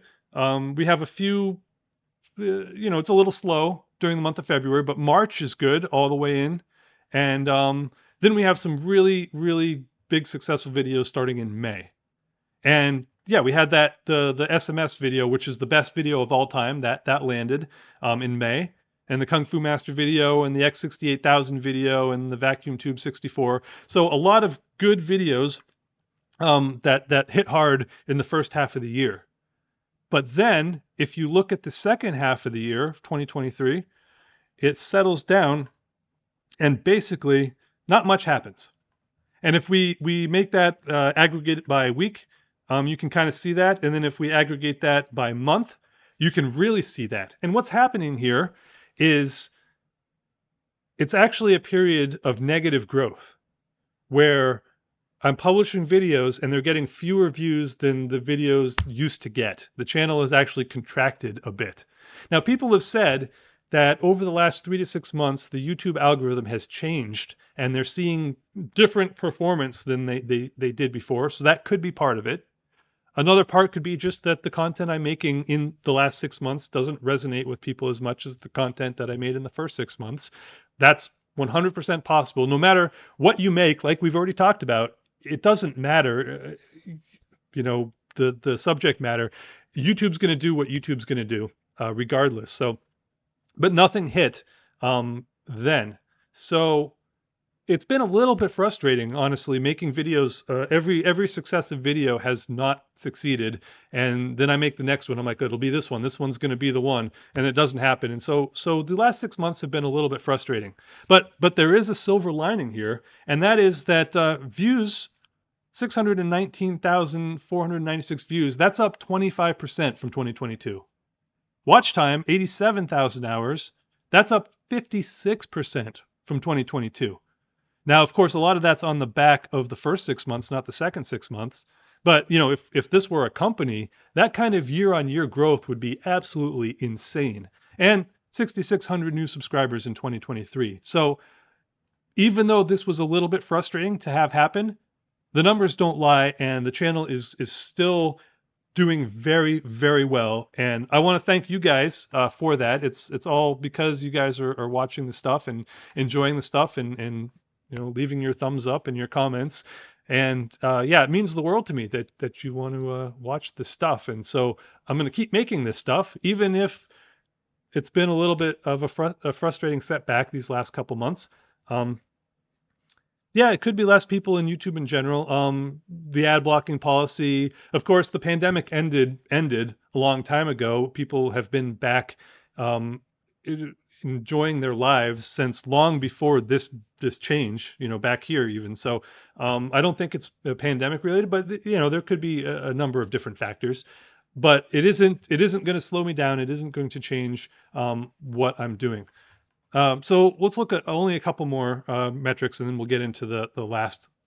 So here's the subscriber growth over time, and what I want to point out with this is that if we start here and end here, we can draw almost a perfect line from the start to the finish. The slope is almost completely linear. So when I saw that video that said you needed to have 30 episodes before you're going to start to see exponential growth, well, that video lied to me. Where is my exponential growth?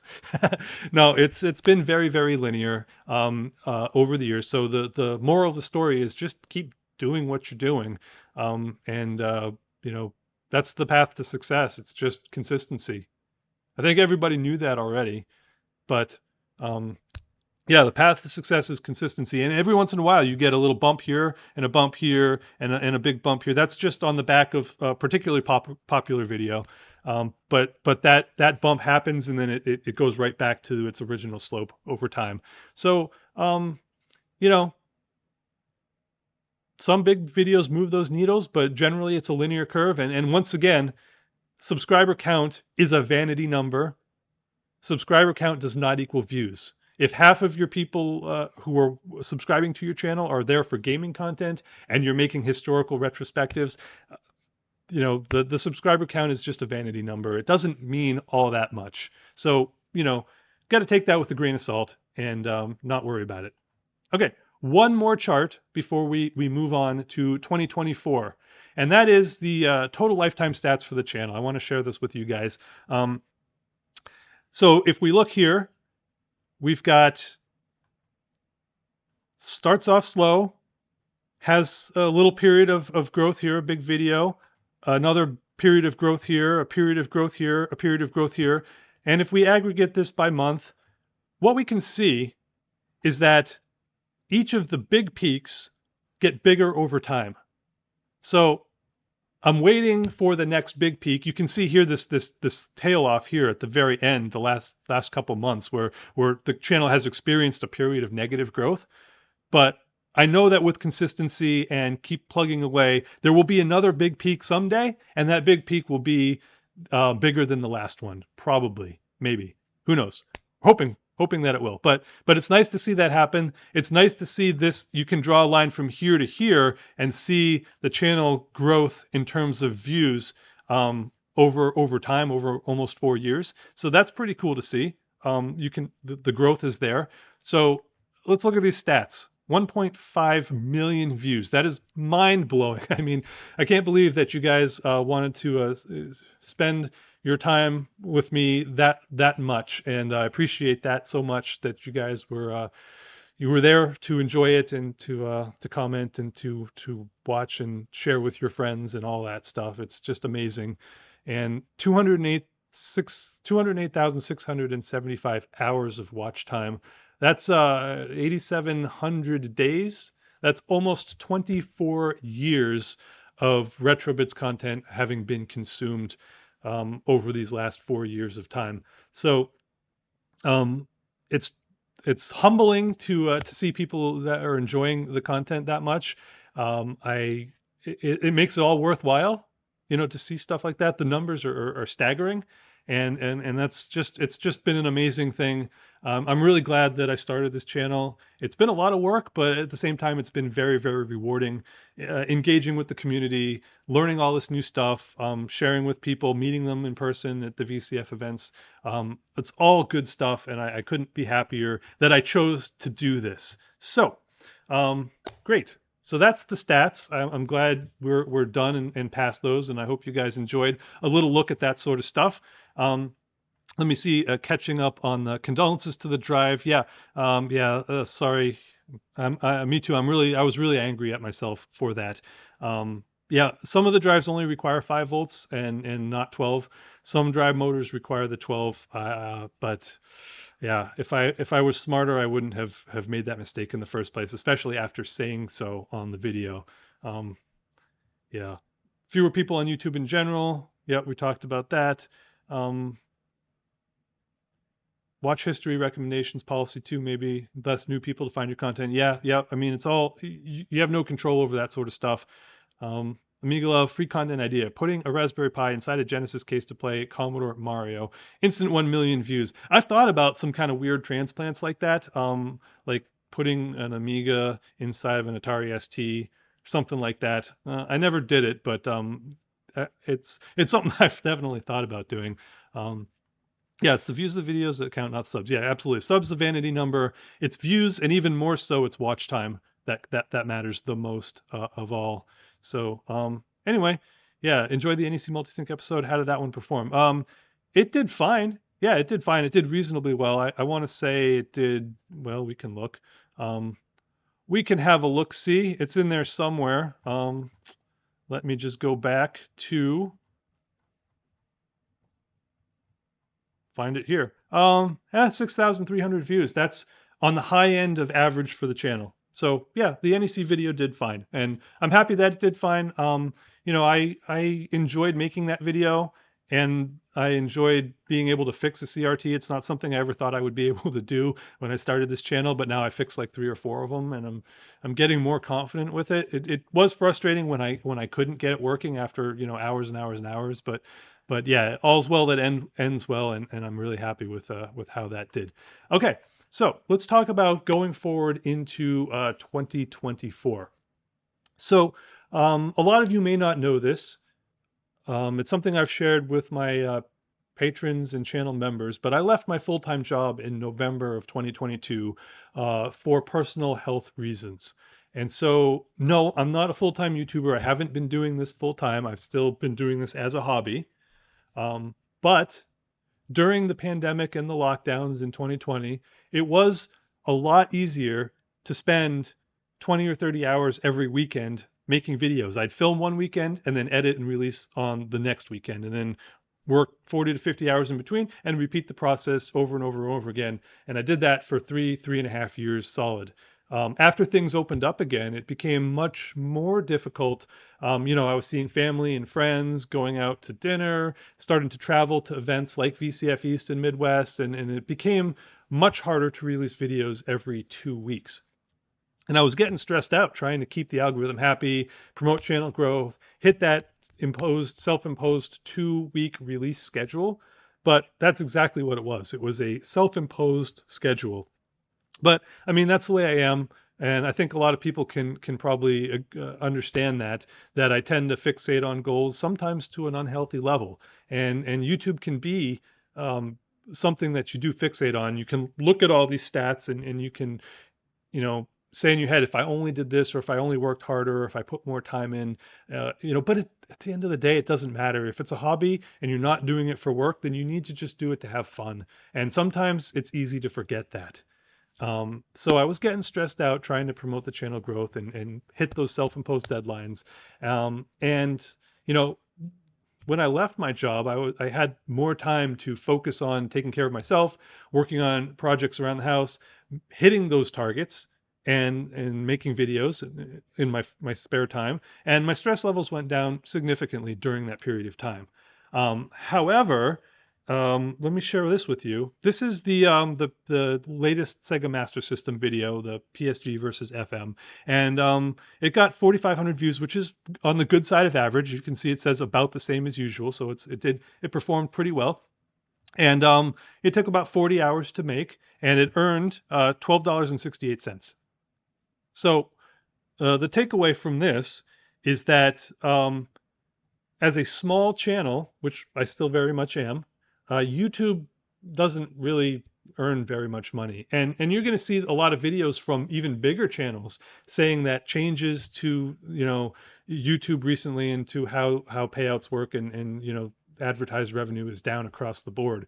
So, YouTube on its own doesn't really earn anything to speak of.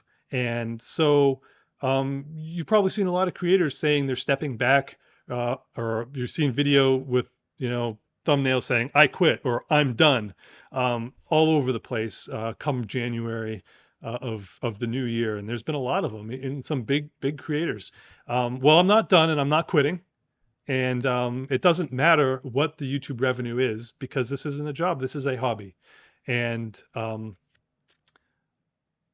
more and more content creators will tell you that Patreon and channel memberships are increasingly how they earn for their videos. And I just wanted to say that whether you're a current Patreon member or channel member, or even a past one who's left, I really do appreciate all of your support over these years. It has made a difference. Okay, the revenue from those avenues pays for the recurring Adobe subscription. You can't buy Adobe products anymore. You have to pay a monthly recurring subscription fee, and that fee over time is much more than the cost of just buying the product outright would be. Obviously, that's their scheme. Also, supplies, equipment, and new projects for the channel. I can go to the swap meet and buy a bunch of stuff like an NEC multisync to fix because of the contributions, the donations that you guys have put in through those avenues. So I just want to thank everybody who has been a channel supporter over the time. I really do appreciate that. It does make a big difference. Now, let's talk about, with all that being said, this is still just a hobby and not a business, and I don't ever want it to become work. I want to keep it fun. I want to make videos about the topics that I want and not grind out content to try and feed the algorithm. I still very much enjoy making these videos, and I'm proud of at least a couple of them that I've made over the years, and I absolutely want to continue doing so. But Matt of Episode 62 was very prescient when he wrote this, saying that he needs to keep his day job because, YouTube as a hobby does not pay the bills. So the bottom line is that I am going to probably return to work in some capacity in 2024. So what does that mean for the channel? All right. It means that long form releases may be fewer and further between. Okay, I'm not going to stop making them, and I'm not going to stop making the things like I have been, the subject matter and the type of content that I've been making. It just may take 3 weeks instead of 2 to get it out the door, just because I'm going to be going back to work, and I don't want to use up every waking hour of every weekend making content. So I'm going to spread it out a little bit as to keep that stress level manageable and not worry so much about the algorithm and not worry so much about the statistics and not worry about the channel growth. It's in a good place. Things are great. You saw the statistics. You saw the numbers. They're amazing. And I don't care if they go up. I'm really happy with where they are now. So I'm going to probably stagger the releases a little bit further between. And I'm also going to, Jamie, you didn't have to do that, but thank you very much. I appreciate that. Thank you for the donation, for the super chat, Jamie. That's very kind of you. Thank you. Thank you. So more live streams. I already alluded to this earlier, but because live stream number 2 did really, really well, it gives me an opportunity to engage with you, the audience, in real time. It's a lot of fun. This is it's fun to do. I'm not good at it yet, but I will improve. I promise you that. I love to chat with you guys in real time and be able to engage like that. And so I'm probably going to do more live streams throughout the year. In fact, I have another one lined up already. A local retro enthusiast dropped off an entire bin full of broken Commodore 64s. Not a one of them work. And I thought it would be fun just to diagnose and troubleshoot and repair them live on stream. I've never fixed a Commodore 64 on Retrobits before. That's like a rite of passage, I think. I think everybody has to fix a Commodore 64. So I'm going to do that. I think that'll be the next live stream, unless something else pops into my head and I decide to do that first. This is how it works. Something pops in and I do it. And then in 2024, I'm going to have a frank discussion with the Patreon supporters and channel members about whether to keep those avenues open or to shut them down if supporters are getting their value and for their contribution to the channel or not. So that'll be a discussion. I'm going to take it offline but it will have to happen. Now, all that said, this is not bad. None of this is bad. And here is a small list of videos that I still plan to make. This is not a comprehensive list. This is just a sample.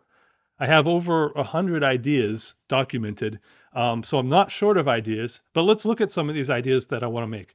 How to use your Ultimate 2 Plus or U64 as a SID jukebox, a video about the 68,000 processor, what it was in, when it ruled the world.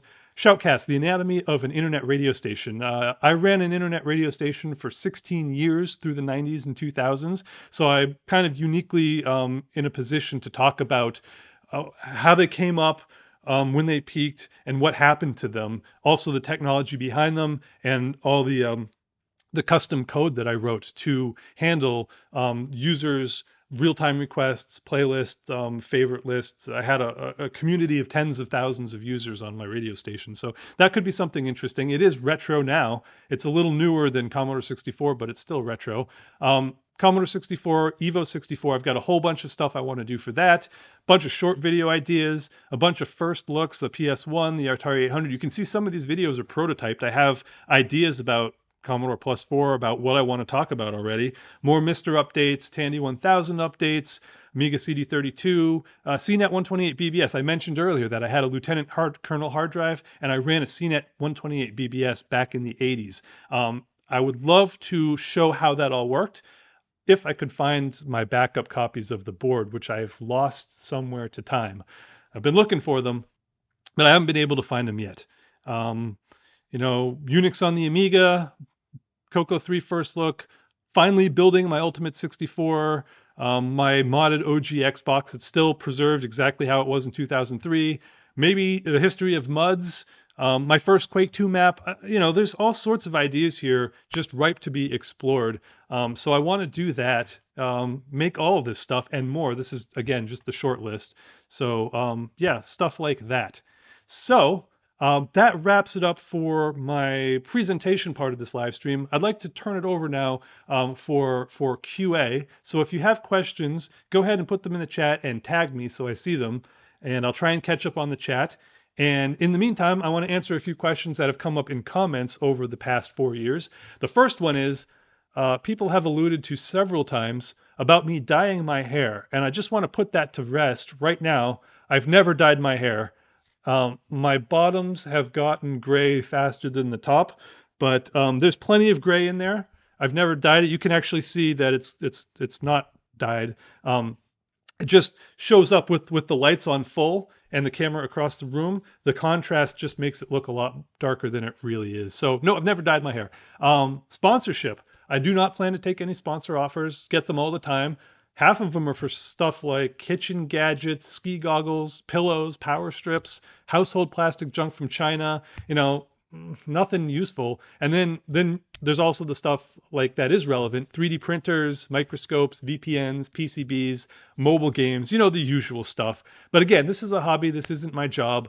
And I want to keep these videos, if not evergreen, as historical references that you can watch in 5 years or 10 years and not be polluted by, the latest Clash of Clans or whatever mobile game is advertisement. So I'm not going to do that. I'm going to keep it ad-free.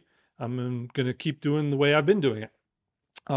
So that's it for my Q&A. Let me catch up on the chat really quick. I'm sorry again, I'm so far behind. Looks like a Bitcoin chart. Yeah, kind of does.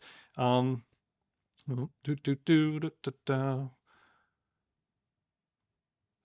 Amiga and ST fans in the audience, leave the channel forever after seeing the Amiga to ST transplant. Yeah, I would make it so that it was only a temporary transplant. I wouldn't do anything that was destructive. Like maybe put a Mister inside the Atari ST, connect the keyboard in such a way that it works on the Mister, and then have it boot automatically into the Amiga core, but in a non-destructive way. That would be kind of fun, right?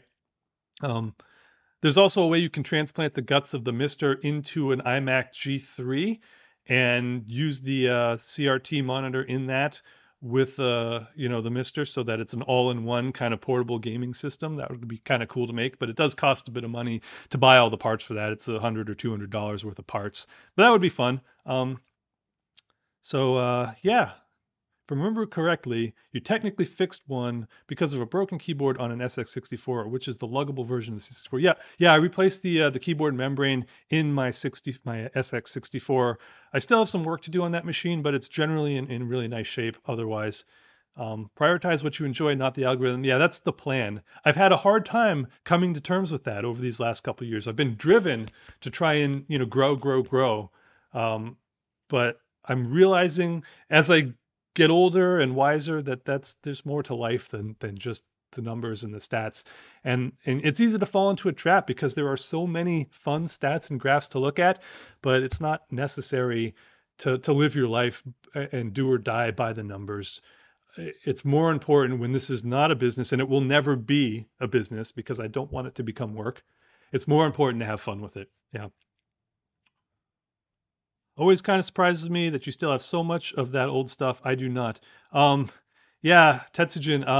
I mean, the only machine of all the machines that I've kept from the original purchase was the Amiga 3000 back there. Not a single one of these machines came with me from the past. I have sold or lost every other machine. So everything is new. Everything I bought because of YouTube gave me an excuse to buy them. All good deals found on eBay. Some things were donated to the channel by kind people. So I've had good fortune across the board, and that's why I have so much stuff in the collection to fix, repair, and to work on. Peter saw multiple ideas he's immediately interested in. Looking forward to 2024. Great. Well, I'm glad that some stuff in that jumped out at you. Like I said, I have a lot more, and I come up with ideas faster than I make the videos. That's just the unfortunate reality of the thing. Noah owned an OG Xbox for it to finally die from obsolescence in 2015, so well past its time. OG Xboxes die when the supercapacitor leaks out onto the board, so you have to make sure that you nip that in the bud. I mean, it could be a hard drive or any other number of things too, but that supercapacitor is a definite failure point. So I've already replaced the one on mine. Otherwise, the machine is exactly how it was when I last used it, and that's like, fully hacked, modded, emulators, media players. It's got like a telnet client and a web browser and all sorts of stuff on it. It would be an interesting little time capsule to reopen and see what's on that old Xbox. So that would be kind of fun. Yeah, ski goggles are not in scope. I mean, I could use them if there was any snow, but we haven't had any yet this year. Kilroy asks, what do you think is the most underrepresented of the mainstream retro machines? IBM, Apple, Commodore, yeah, all right, Atari TI. Well, there are lots of channels that do exclusive Apple content, more Macintosh maybe than Apple II type of stuff. There's very precious little Atari 8-bit content out there. There are fewer developers making hardware and software, but they're out there. They are. I made the Atari 130XE, the Ultimate and Side 3 cartridge episodes. Really cool stuff for the Atari 8-bits, just not that much content. I think, yeah, for the mainstream machines, there are a lot of like oddball machines that just don't get any love.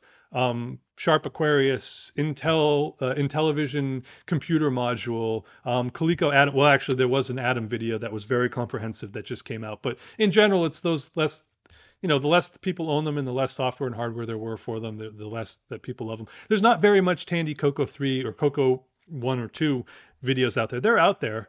And there are lots of people own them back in the day, but the scene is not very active compared to Commodore and Apple and stuff like that. So they don't get much love. I've been meaning to make a Coco 3 video for years because there's interesting stuff that it can do. I mean, it can run a full multi-user multitasking operating system.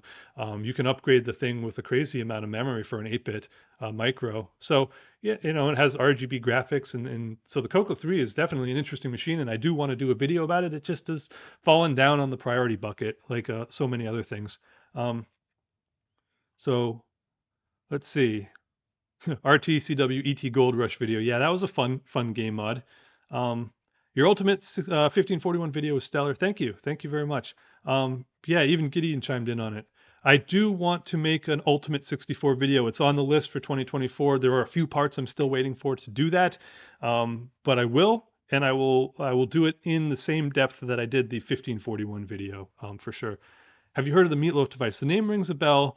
Commodore version of FujiNet. Yeah, FujiNet's something I've been meaning to review, because not only is it for the Atari now, but it works on a lot of different micros, bringing new capabilities. Even to the TI-99, there's a FujiNet for it. So I haven't had the opportunity yet, but it's definitely on the list of things to look at. Referring to things like old BBS backups and stuff, was that in reference to established titles, hacking time? Kind of surprised, yeah. I'm not sure how to respond to that. I'm sorry, George. If you want to clarify, please do. Stories of SGI, no. I wish I had thought in advance when I worked at SGI to snag some old hardware and keep it with me. But of course, in your early 20s, you're moving around a lot. You don't have a lot of space to fill it with old junk. I certainly wasn't in a position to collect stuff back then, so I don't have any SGI stuff to talk about, and it's very expensive these days. But maybe I can talk about my time at SGI at some point. I'm not sure that would be a compelling story or not. Could be interesting. Amiga Love says, for community, I've also formed a Commodore club. All brands are welcome here in Seattle, and we meet once a month. Great way to keep that community going, and in person on the side. That would be awesome. I used to be part of a Commodore users group when I grew up back in Portland, Maine. That was a lot of fun. There are certainly lots of opportunities to meet up with people. There was they called it a LAN party here, but it was at a makerspace once a month, and it was more of a gaming night, LAN party, gaming night, VR, 3D printing, soldering workshop, any you name it was going on at that event, and that was pretty cool. I brought my Amiga to the first one of those that I attended, and then the pandemic happened and shut the whole thing down, and then I never really went back to it. I'm not one for organizing events like that. I'm certainly one for attending, though. I'm not an organizer. I don't like herding cats, but I do like to attend that sort of stuff. It's a lot of fun, and I miss the opportunity to learn from other people in forums like that, where you can only absorb so much through your Twitter feed or through Reddit or from watching YouTube videos. There's so much other stuff out there that you aren't exposed to, and being with other people who bring different perspectives really does help to broaden your horizons, even in the retro scene. So 60th meet is on Tuesday. Well, congratulations. That's awesome. Yeah, have fun with that. I'm not anywhere close to Seattle, but I would love to stop by if I was. I was surprised that you still had things like BBS backups. Yeah, I made backups of my Lieutenant Colonel hard drive, all of the logical units, before I sold it to a gentleman in Canada. And for many years, those backups on 1581 3.5-inch floppy were at my parents' house in Maine. And then, of course, I got into retro. I started looking for them, and I couldn't find them anywhere. They may have been thrown out, or they may just be buried somewhere. But I'm keeping an eye open. I remain optimistic that someday they'll pop out of the woodwork, and I will be able to restore them. I've had good luck with 3.5-inch discs being readable even after all these years. I mean, they would have been stored inside in climate-controlled environment. So potentially I could still read them and restore them to a real Lieutenant Colonel or to an emulated one. Would be nice. Established titles was a recommendation for a sponsor that wouldn't feel dated or problematic. Yeah. I don't know if there is one such a sponsor out there, but maybe I'll keep my eyes open. They spam me constantly. So closing up here. Great stream. See you tomorrow, man. Yeah. Jason, glad you could make it. Yeah, I will see you down at the shop tomorrow. We're gonna go thrifting tomorrow, and we're gonna go looking for some old vintage stuff. So established titles is a real thing. I didn't know that it was a real thing. Okay, it's a scam. I'm not aware of that scam, so I will have to look it up. But lost all of my quick email archives somehow. Very sad about that. Yeah. I used to use Slimer, silly little mail reader. So I use that for my my offline mail reading needs. I would have had backups of all of my. I ran a number of different PC BBS programs. Finally, with Renegade. Renegade was the last PC BBS software that I ran. We had a local net of boards. Tetsujin ran a board that was part of this local net that we exchanged mail with, front door. And I don't believe I have a backup of that. I took that BBS wholesale and gave it to a friend who lived down the street from me, who was younger than me. When I was going off to college and I couldn't take it with me, I gave it to him to continue to run. under his own banner. So I do not have a backup of any of my PC BBS days at all of any kind. Though lost to time, I think, probably.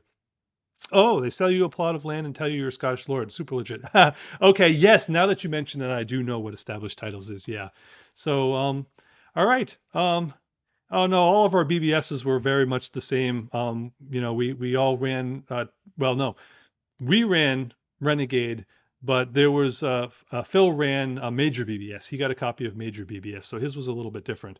But yeah, it was fun. It was a learning experience, and we learned a lot and got a lot out of that experience. So I think it was definitely very useful. All right, guys. Unless you've got any other questions you want to have answered, I think we've come to the end of this live stream.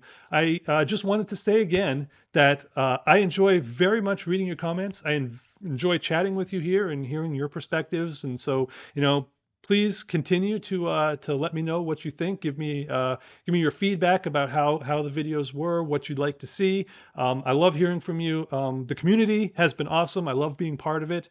Thank you all for that. It's all of us together working together to make this retro community happen, and it's just been an amazing hobby for the last 4.5 years to be into. If you're new, and some of you are because you've mentioned it, please do check out the back catalog of content. Some of it is, like I said, a bit cringy. Some of it is a little bit harder to watch, but there are some gems in there. All of the old videos are my children, and I'm proud of each and every one of them, even if some of them are better than others. So yeah, check out that back catalog if you haven't. Thank you all so much for your support. Thank you especially to the Patreon and channel members for your support. The last 4 years has been awesome. It's been a privilege to be your YouTuber. Thank you for sharing your time with me. Thanks for coming out on a Sunday evening or Sunday afternoon to join me for this live stream. We'll have to do more of these as we go on. And yeah, it's been awesome. So thank you very much and good night.